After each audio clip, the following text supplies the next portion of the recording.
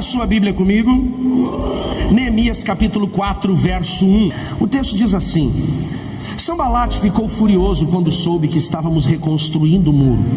Indignou-se e zombou dos judeus. Disse na presença dos seus companheiros e dos oficiais do exército samaritano: o que esse punhado de judeus fracos pensam que estão fazendo? Imaginam que serão capazes de construir o muro em um dia só, porque ofereceram alguns sacrifícios? Pensam que pode fazer algo com as pedras queimadas que tiraram de um monte de entulho? Tobias, o amonita, estava ao seu lado e comentou: basta uma raposa subir lá e este muro de pedra logo vai desabar. Neemias, ele é o copeiro do imperador Artaxerxes. Quem é Artaxerxes? Artaxerxes é o rei imperador do império Medo-Persa, provavelmente o maior império que passou pela história da humanidade. Os Medo-Persas dão continuidade ao Império Babilônico. Eles vencem Nabucodonosor e o Império Babilônico. Então eles assumem esse governo através de Ciro. E existe ali uma continuidade. Todos os reinos que prestavam vassalagem, que eram vassalos de Nabucodonosor e da Babilônia, se tornam agora servos dos Medo-Persas. E eles continuam crescendo. Eles chegam a dominar simultaneamente, ao mesmo tempo, 180 nações, 180 povos, Gerson. Se submetem à espada, à sua autoridade, ao seu cetro e pagam impostos, e são grandes tributos. E Artaxerxes aqui agora, ele é o imperador. Os judeus já tinham começado a ser liberados do seu cativeiro, tinham sido levados cativos por Nabucodonosor. Aqui nós vamos colocar 130 anos, 50, 120 anos atrás, eles tinham sido levados por Nabucodonosor, que destrói os muros, que destrói as portas, que destrói o templo e leva todas as riquezas de Israel, inclusive os tesouros do templo, para a Babilônia. 70 anos os judeus ficam cativos na Babilônia, e Deus diz para eles: não fujam do cativeiro. Tem coisas, Cláudio, que nós enfrentamos, dolorosas, dificultosas, que não é ação maligna. Israel, quando foi levado cativo para a Babilônia, eles estavam sendo tratados por Deus, e Deus ainda falou através do profeta Jeremias: não fujam da Babilônia. Quem ficar em Jerusalém vai morrer de fome. Quem fugir para o Egito vai morrer de peste, bestas feras, ou vai morrer pela espada. Ele falou: vocês só têm uma saída, vão para o processo. Tem gente que Deus está falando hoje, agora no começo da mensagem: você não tem nenhuma saída, vai para a disciplina, vai para o lugar de correção, para de fugir. Quanto mais você foge, mais pesado fica. Diga comigo: misericórdia, Jesus. Não é uma palavra boa de se ouvir, mas é importante. Amém, queridos? Então não gostamos, mas é importante. Então eles ficam 70 anos no cativeiro. Lá no cativeiro começam a ser liberados. Nós começamos a ver o retorno, o êxodo dos judeus. Durante 50 anos eles começam a voltar. E das pessoas mais importantes junto com Esdras nesse retorno é Neemias. Neemias é um judeu que agora se torna servo de Artaxerxes. Ele não era só um escravo, ele provavelmente era remunerado, porque ele se torna um homem de confiança. A Bíblia diz que ele era um copeiro do rei. O copeiro não é aquele que apenas serve o copo do rei, é aquele que serve o copo e experimenta. Então ele servia o vinho, e antes do rei beber, ele bebia o vinho do rei, esperava um tempo. Se o vinho não fizesse mal e ele não morresse, então o rei bebia. Para essa condição de proteção do rei, ele tinha que ser uma pessoa de muita segurança, uma pessoa de muita confiança, melhor dizendo. Provavelmente por conta disso ele não era só um escravo, ele era uma pessoa que tinha algum tipo de retorno pelo seu trabalho. E a Bíblia diz que Deus levanta Neemias para ser o restaurador dos muros de Israel. Ele pede autorização para Artaxerxes. Eu estou resumindo essa história, você encontra lá no capítulo 1. Ele pede liberação, o rei libera, ele retorna para Jerusalém. São 1.450 quilômetros que ele vai percorrer a cavalo, provavelmente 4 meses de viagem. Ele leva a Marilda cartas para que os governantes dos reinos em volta de Israel, que também pagavam tributos a Artaxerxes, pudesse liberar a ele madeiras, pudesse liberar a ele material para a reconstrução dos muros. E agora ele começa essa reconstrução. Por que a reconstrução dos muros era importante? Eu quero avaliar com vocês tanto de uma forma física como de uma forma espiritual. De uma forma física, uma cidade que não tem muros, ela não tem segurança. Uma cidade que não tem muros não tem proteção. Uma cidade que não tem muros, ela é vulnerável a qualquer ataque dos inimigos, a qualquer roubo. Não falo nem de grandes ataques, eu falo de pequenos roubos, de situações que levavam da lavoura, um gado que era tirado. Essa cidade não tinha segurança nenhuma. Essa é a forma física. A forma espiritual, o que os muros eles representam na nossa vida espiritual? Os muros eles representam os princípios que a palavra de Deus nos apresenta. Então o que é um princípio? O princípio é uma verdade que Deus estabeleceu como seu padrão, e o objetivo do princípio é proteger. Vou lembrar alguns princípios rápidos. Por exemplo, o princípio da integridade. Uma pessoa ser íntegra, uma pessoa de bom caráter, não é apenas para ser bem visto pela sociedade, Priscila. Pelo contrário, é muito mais pelo princípio que o protege. Quando você é íntegro, você não precisa se preocupar constantemente quanto alguém te roubar. Por quê? Porque você não lançou sementes de roubos para colher as sementes de roubo. Quem está entendendo, diga amém. Uma coisa que eu tenho ensinado para a igreja há muito tempo, vou ser repetitivo, é que talvez um erro que nós cometemos em nossas orações, e fazemos ainda isso. Saímos de casa, pastor Ronaldo, até para vir para o culto como hoje, e quando estamos saindo de casa, você está lá talvez dando a ré no seu carro, na sua garagem, o portão começa a fechar e você diz assim: Deus, coloca seus anjos para guardar a minha casa. E você vem para a igreja e a casa fica sozinho. É uma oração, com todo respeito, é uma oração ineficaz. Por quê? Porque anjos não guardam coisas. Diga assim comigo: anjos guardam pessoas. A partir do momento que você deu a ré lá do seu carro e saiu da garagem, quando você vem em direção à igreja, os anjos te acompanham. Diga amém por isso. Eles não estão guardando a sua casa, porque a Bíblia não diz, a Bíblia diz: Deus dará ordem aos seus anjos ao teu respeito, e não ao respeito das tuas coisas. Deus coloca os anjos para proteger você, para ministrar você, para guardar você. Pastor, e como é que eu posso então fazer uma oração correta para que a minha casa seja guardada quando eu não estou lá? É você vivendo princípios. O que protege a sua casa é o princípio. O que protege o seu casamento é o princípio. O que protege o seu carro quando você deixa ele na rua estacionado é o princípio. E se o princípio estiver quebrado, meu irmão, você pode ter o Verisuri. Sabe essa empresa de segurança, a Verisuri? Isso?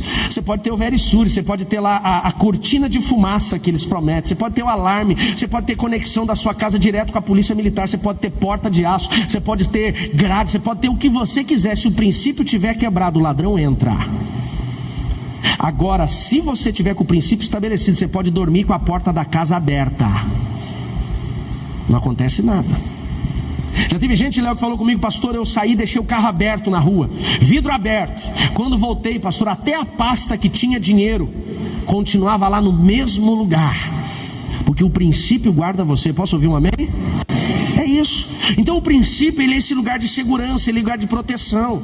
E esse tem sido o ataque das trevas. O diabo não está preocupado com gente que vem à igreja com todo amor e respeito. Eu não estou dizendo que você não tem que vir, você tem que estar aqui.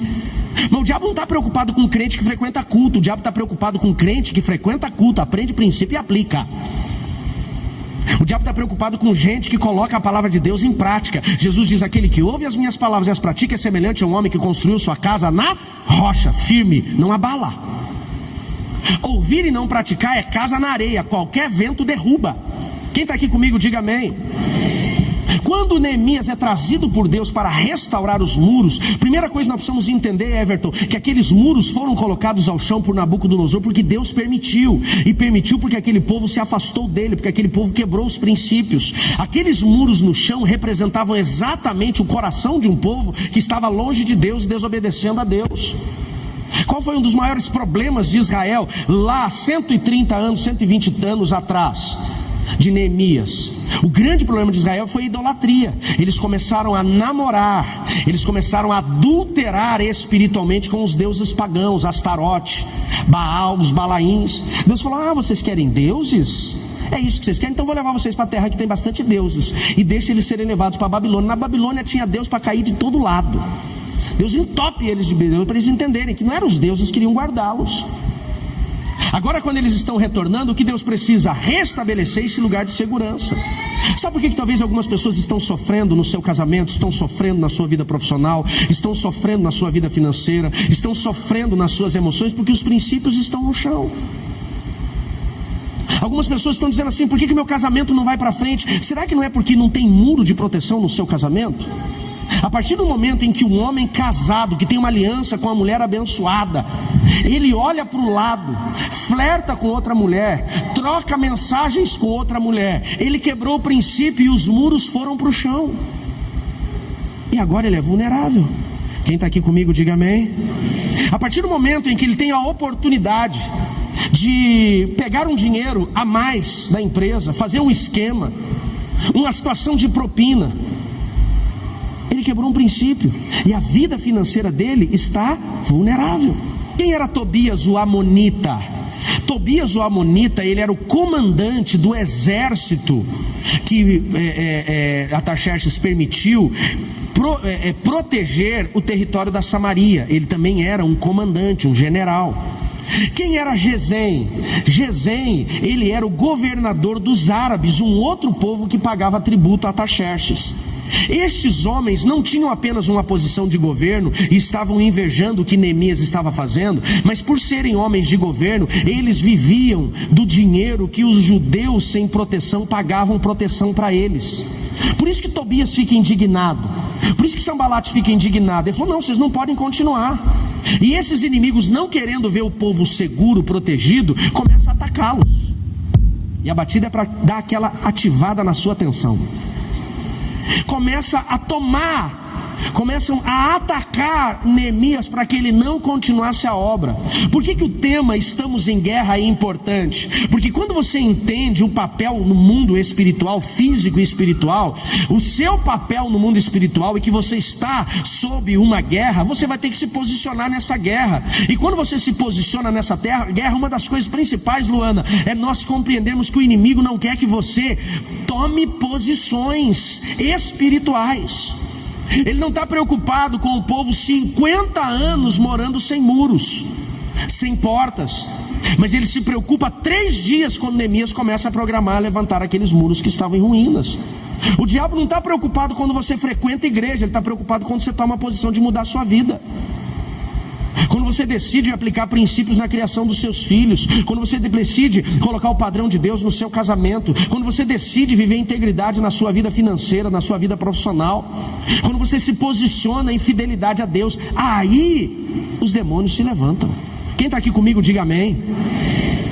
2 coisas me chamam a atenção já no início desse texto que nós lemos. Diz assim: Sambalate, quando ficou sabendo que Neemias estava reconstruindo os muros, ele indignou-se e ele ficou furioso. Essa indignação é um sentimento de revolta.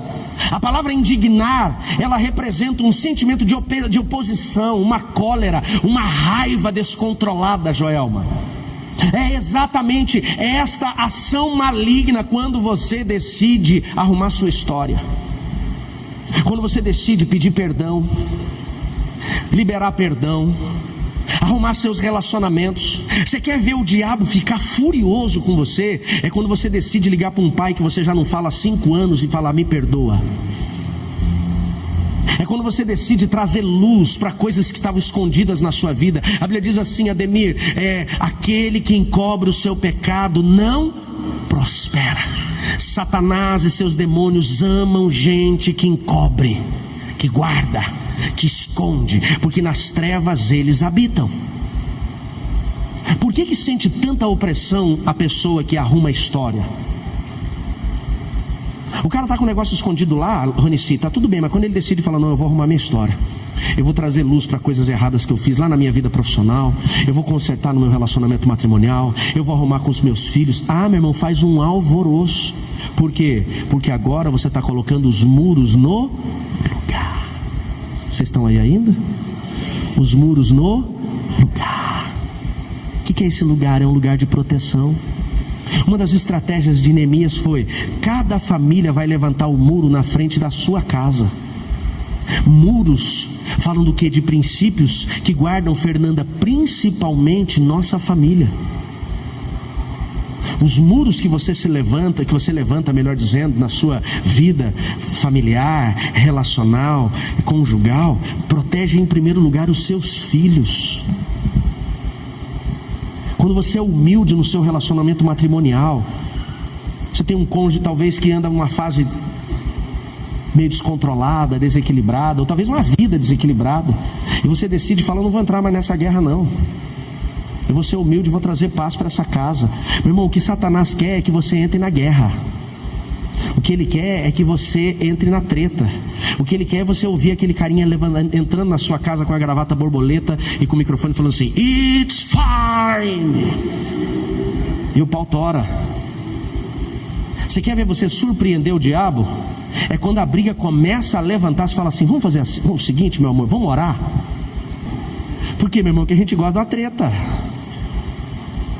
Quando começa a discutir, você olha para o seu marido que está lá descontrolado e fala assim: meu amor, senta aqui, vamos orar. Pastor, ele vai ficar mais endemoniado, só vai revelar o que está lá.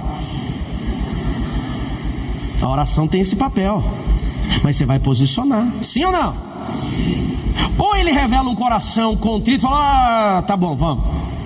Ou ele levanta, mas alguma coisa vai acontecer nessa casa. Princípios. Todas as vezes que você levantar os muros de proteção, colocar o padrão de Deus na sua vida, a primeira coisa que os inimigos vão fazer é indignar-se. A Bíblia diz: ele ficou furioso. O problema, Clebinho, é que tem crente que não quer deixar o diabo furioso. Aí ele vai se levantar. Que medo. Meu irmão, quem você serve? Quem é maior? Deus ou o diabo? Quem tem um poder infinitamente superior? Os anjos caídos ou Deus e os seres celestiais? Ele não fica furioso com Deus, ele fica furioso com você que está se posicionando. Agora, por que ele fica furioso? Por que ele fica indignado? Por que ele se opõe? Porque ele perde a sua autoridade, ele perde a sua legalidade. As portas para ele começam a ser fechadas. Segunda situação que o texto diz que Sanbalat e Tobias eles tiveram, principalmente Sanbalat, a Bíblia diz: e eles zombaram da reconstrução dos muros que Neemias ia fazer. O zombar, ele define como insultar, desprezar, ridicularizar uma pessoa ou algo que está sendo feito. Quando você começa a se posicionar, uma das ações malignas contra a sua vida é te insultar, é te ridicularizar, para você parar, se achar tá aí que não está resolvendo nada. Então nós paramos com esse negócio, mas não está resolvendo, acho que não adiantou. Adiantou. Você não tem ideia o que um pedido de perdão dentro do seu casamento faz no inferno. Você não tem uma ideia o que um silêncio na hora de uma discussão faz no meio dos demônios. Meu irmão, é uma granada que explode tudo. Agora, quando você briga, a granada explode dentro da sua casa. E ele não quer que você se posicione. Depois de nós entendermos, principalmente, esse levante dos inimigos, que na batalha que Neemias estava travando agora para reconstruir os muros, essa guerra que ela é levantada dentro do território de Israel, porque Neemias estava colocando as coisas no lugar. Eu quero falar de 5 ações que os inimigos tiveram, Ana, contra Neemias. E provavelmente, Dani, essas 5 ações também são levantadas, Wilsinho, contra nós, dentro da nossa casa. A primeira delas, se você gosta de anotar, vai lá comigo. Capítulo 4, verso 7 de Neemias, diz assim, capítulo 4, verso 7: no entanto, Sanbalat e Tobias, os árabes, os amonitas e os asdoditas, quando souberam que a obra já estava avançada e que as brechas do muro estavam sendo fechadas, encheram-se de ira. Olha para mim aqui. Neemias ele define: vou reconstruir os muros. Eles ficam indignados, tiram onda, zombam. Não vai conseguir, o muro vai cair. Neemias não para. O negócio é aqui, meu irmão, é você tomar uma posição e continuar em frente.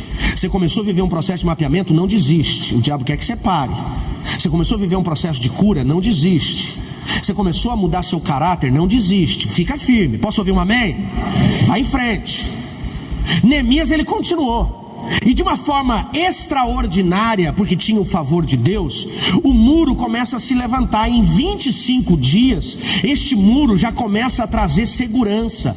Então agora o inimigo fica irado, falou: não pode. Sanbalat falou: não pode, eles não podem continuar. Continua o verso ali, o verso 8 diz assim: então eles planejaram. Talvez eu e você não façamos. Talvez ele fazer, a gente faz só, deixa a vida me levar, a vida leva eu. Filosofia do pagodeiro.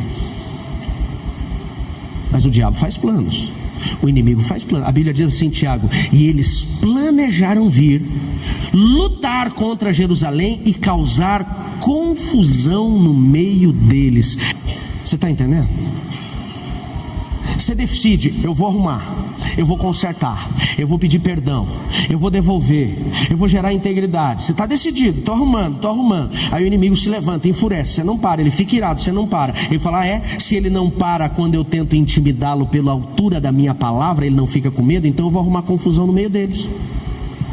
Diz os historiadores, Paulo, que Sanbalat começou a colocar no meio do povo de Israel mentiras, maledicência, confusão um contra o outro, o cara abandonar a obra.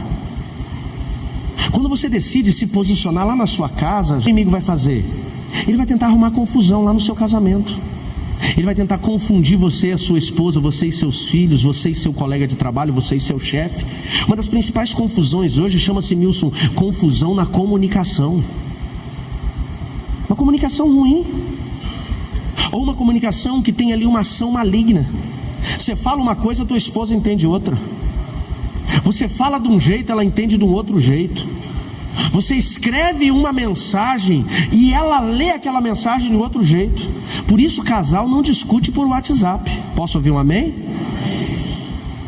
Porque às vezes você fala uma coisa, você pergunta assim para a esposa, tá tudo bem? Ela escreve lá porque ela está com pressa, tá. Você fala, nossa, a mulher já está endemoniada. Não, ela só falou tá. E às vezes você entende um tá dela bom, mas ela estava endemoniada mesmo. É uma questão de confusão. Confusão na comunicação, confusão no relacionamento, desordem, confusão também, Zé, se fala de uma desordem física. Quando você começa a se posicionar, parece que as coisas começam a ficar bagunçadas, confusas.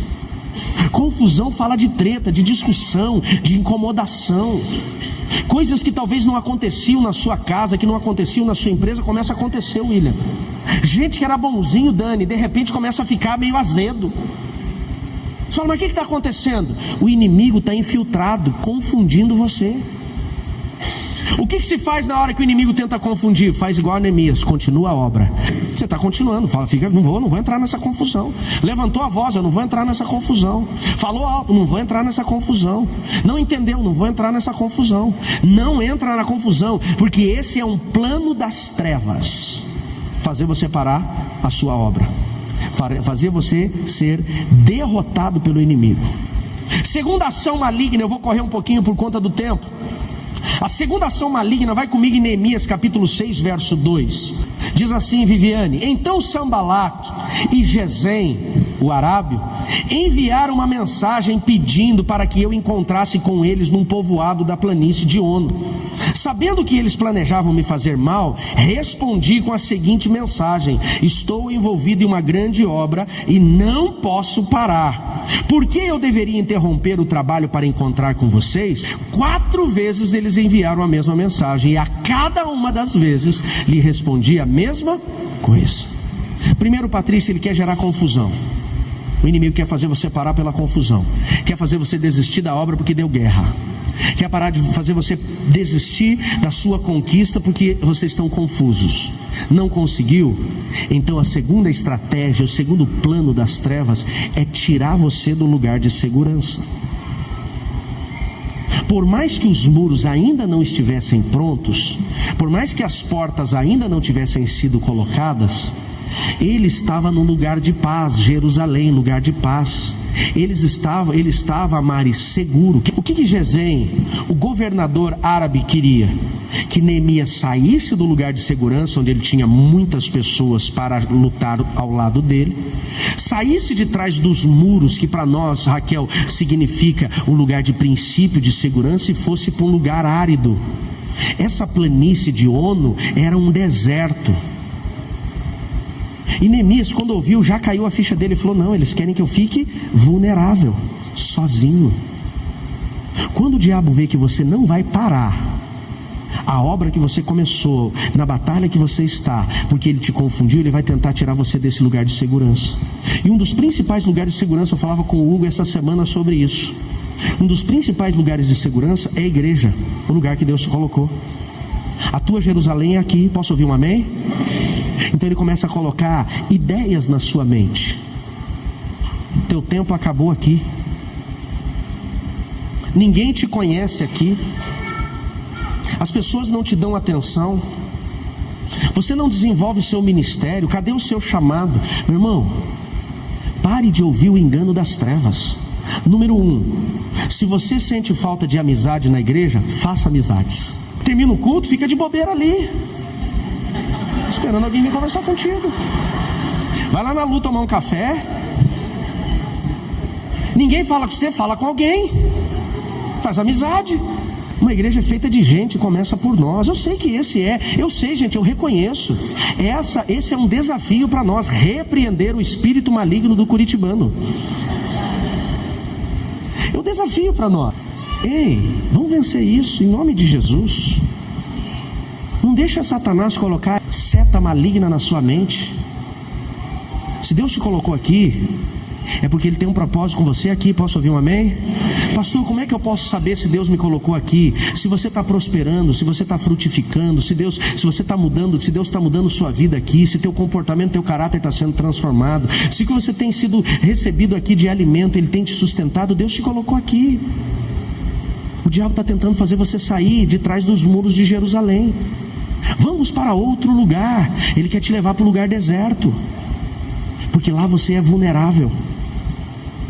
Outra coisa, a pessoa pode dizer assim: não, mas é porque eu não estou exercendo o meu ministério. Número 1, você já falou com alguém sobre o seu ministério? É importante a gente saber o seu chamado. Número 2, não espere pessoas te promoverem.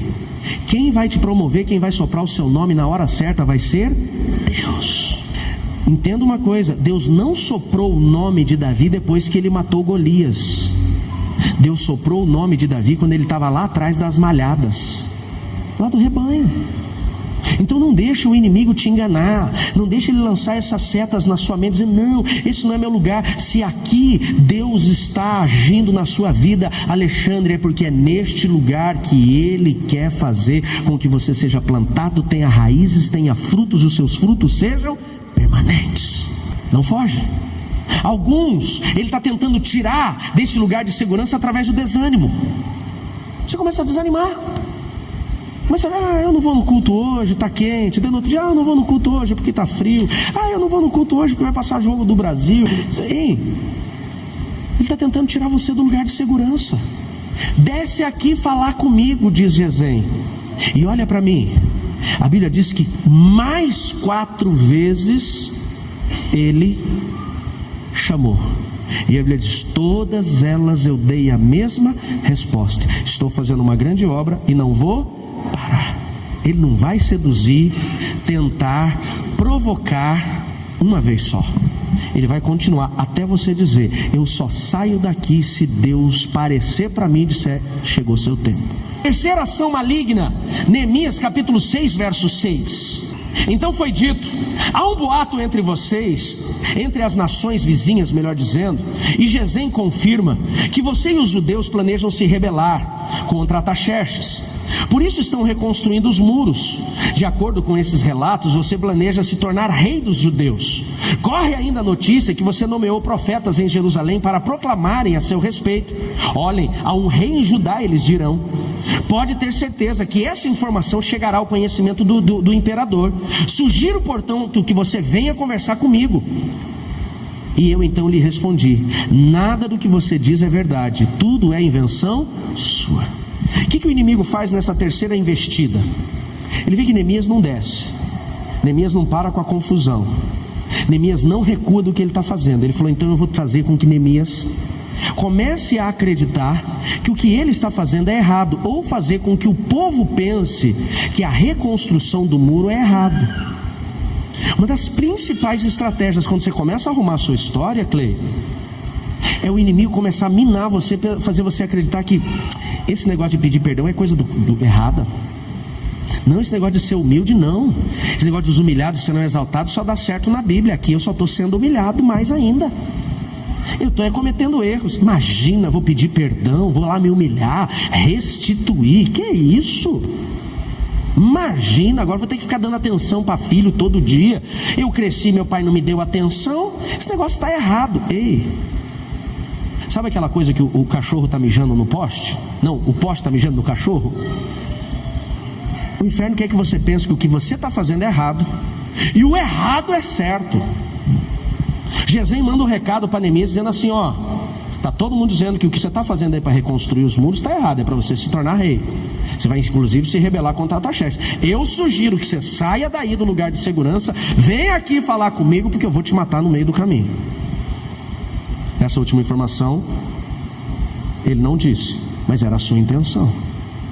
Quando você começa a arrumar a sua vida, o diabo levanta até gente no seu caminho e fala: o quê? Imagina, isso é heresia. Agora, por que o inimigo não quer que você continue reconstruindo os muros? Porque sem muros você volta a ser vulnerável. Quarta ação do inimigo. Vai comigo no verso 10 do capítulo 6. Um tempo depois, eu fui visitar Semaías, filho de Delaias, neto de Meetabel. Era Semaías. Semaías era o sacerdote da terra em ruínas. Semaías era de uma família sacerdotal que não tinha templo, porque o templo tinha sido destruído e ele não tinha se posicionado. Mas eles tinham ali um ambiente que era um ambiente, não tinha um grande templo suntuoso, né? Mas ele tinha ali um ambiente que era o ambiente do culto a Deus, onde eles reconheciam o lugar santo, que era o lugar onde só o sacerdote, o sumo sacerdote, entrava para adorar. Então Semaías recebe Neemias em sua casa, e quando Neemias chega, voltamos ao texto, Semaías diz assim para ele: vamos encontrar o templo, vamos encontrar no templo de Deus, e vamos fechar as portas, vamos nos esconder num lugar santo, porque eu fiquei sabendo que esta noite seus inimigos virão matá-lo. Eu, porém, respondi: alguém na minha posição deve fugir do perigo?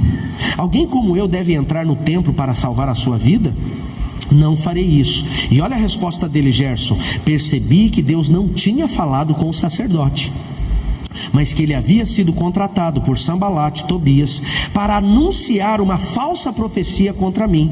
Esperavam que eu pecasse, esperavam me intimidar, e assim poderiam me difamar e me desacreditar frente ao povo. Quando o inimigo não consegue fazer você parar na confusão, quando o inimigo não consegue fazer você parar, tirando você do lugar certo, quando o inimigo não consegue fazer você parar acreditando que o que você está fazendo certo é errado, ele só tem uma estratégia: de fazer pecar. Entrar no lugar santo era um sacrilégio, pecado mortal para qualquer homem. Somente o sumo sacerdote poderia entrar ali. Era uma desonra a Deus, um desrespeito à lei judaica. De duas uma aconteceria ali: ou quem entrasse no santo, no lugar santo, poderia morrer instantaneamente, ou adoecer. Aconteceu com o rei Uzias, arrogante, que ele, por ser rei, acha que também tinha o papel de sacerdote, vai queimar incenso no lugar santo, sai com uma lepra no corpo. Primeira. Ou a segunda: o povo, vendo que ele tinha quebrado uma lei, parava de acreditar e falava: não, esse cara é errado, não vamos mais segui-lo. Se o inimigo não consegue, Eliseu, parar a gente de forma alguma, ele vai colocar oportunidades de pecado. Se o teu passado era regado a cachaça, ele vai colocar cachaça no teu caminho todos os dias para tentar você fazer cair. Se o teu problema é descontrole, você fica nervoso, você fica irado, todo dia vai ter um usado por Satanás buzinando para você no trânsito, toda hora para você discutir. Se o teu problema era a mulher dos outros, não a sua, todo dia vai ter uma pombagira rodando igual o peão da casa própria perto de você. Se o teu problema era dinheiro, sempre vai ter uma oportunidade para ganhar um dinheiro fácil. Se ele não te para na confusão, se ele não te para tirando você do lugar de segurança, se ele não te para fazendo você acreditar que você está errado, então ele vai te parar no pecado. Essa foi a artimanha de Balaão. Para Israel agora outro tempo, eles saem do Egito, libertos por Deus, em direção à terra prometida. Ficam 40 anos perambulando no deserto por conta da sua murmuração e da sua falta de conhecimento de Deus. E a Bíblia diz que quando eles vão passar pela terra dos Moabitas, se eu não me engano, um rei chamado Baraque, que era o rei deste povo, pensando que eles poderiam atacá-lo, contrata um falso profeta chamado Balaão, dizendo assim: Balaão, ninguém vence esse povo, o exército mais poderoso da região, que são os egípcios, morreram no Mar Vermelho. Profetiza contra eles para que eles percam, para que eles sejam derrotados, que eles morram no deserto e não cheguem até o meu território. E Balaão recebeu o prêmio, ouro, prata, carine, e a Bíblia diz que ele amou o prêmio da injustiça, e ele tomou aquele prêmio. Então ele se levantava nos montes, quando ele ia amaldiçoar Israel, ele abria a boca para amaldiçoar, só saía a bênção. 3 vezes ele ia amaldiçoar o povo, só saía a bênção. Ele perdia o controle dos lábios e Deus liberava a palavra. Era para ele dizer: morram no deserto. Deus dizia: vão viver e chegar na terra. Ele dizia: vocês vão perder tudo. Deus dizia: vou prosperar vocês. E Baraque fica indignado, fala assim: cara, eu estou te pagando para você amaldiçoar. Ele falou: não consigo, quando eu abro a boca não sai. Então Baraque manda mais dinheiro, e Balaão fica totalmente seduzido por aquilo, vendo que Deus não queria. Eu estou resumindo a história. Deus não deixava ele amaldiçoar. Então ele chama Baraque um dia e falou assim: ó, eu quero o prêmio da injustiça. Ele não falou assim, né? Ele falou: mas eu quero o dinheiro, eu quero a recompensa, mas eu não vou conseguir fazer nada. Mas se eu te der um conselho e você conseguir aplicar esse conselho, você vai vencer. Baraque falou: diga. Ele falou: só tem um jeito desse povo ser derrotado, só um só: fazer eles pecarem contra o Deus que protege eles. Eles têm que colocar o que faz eles ficarem protegidos, o princípio da obediência, no chão. Fala de muros. Ele falou: faça esse povo pecar contra Deus, que eu não preciso liberar uma palavra, o próprio Deus vai pesar a mão sobre eles. Ele falou: como posso fazer isso? Ele falou: mande as mulheres mais belas do teu reino, os moabitas, descendentes da filha mais velha de Ló, com o pai, incesto. Essa nação é construída, Ronaldo, em imoralidade. As mulheres moabitas eram sedutoras. Ele falou: coloque as mulheres mais sedutoras do teu reino dentro do acampamento de Israel, e faça com que elas coabitem com os homens israelitas, porque quando esses homens adulterarem, eles quebram o princípio de lealdade com Deus, e quando eles pecarem contra Deus, a proteção deles cai no chão e eles serão derrotados. Sabe o que ele estava dizendo? Faça eles pecarem contra Deus. É exatamente o que Semaías queria, que Neemias pecasse. É exatamente isso que algumas pessoas aqui estão vivendo. Satanás está tentando te seduzir ao pecado todos os dias. Todos os dias. Por quê? Para te derrotar na sua guerra. Porque a partir do momento em que você sucumbir ao pecado, você morreu. A Bíblia diz que lá no episódio de Baraque e Balaão, 20.000 homens morreram em um só dia. Eu pergunto: deu certo a estratégia lá? Será que isso já não está dando certo na sua vida?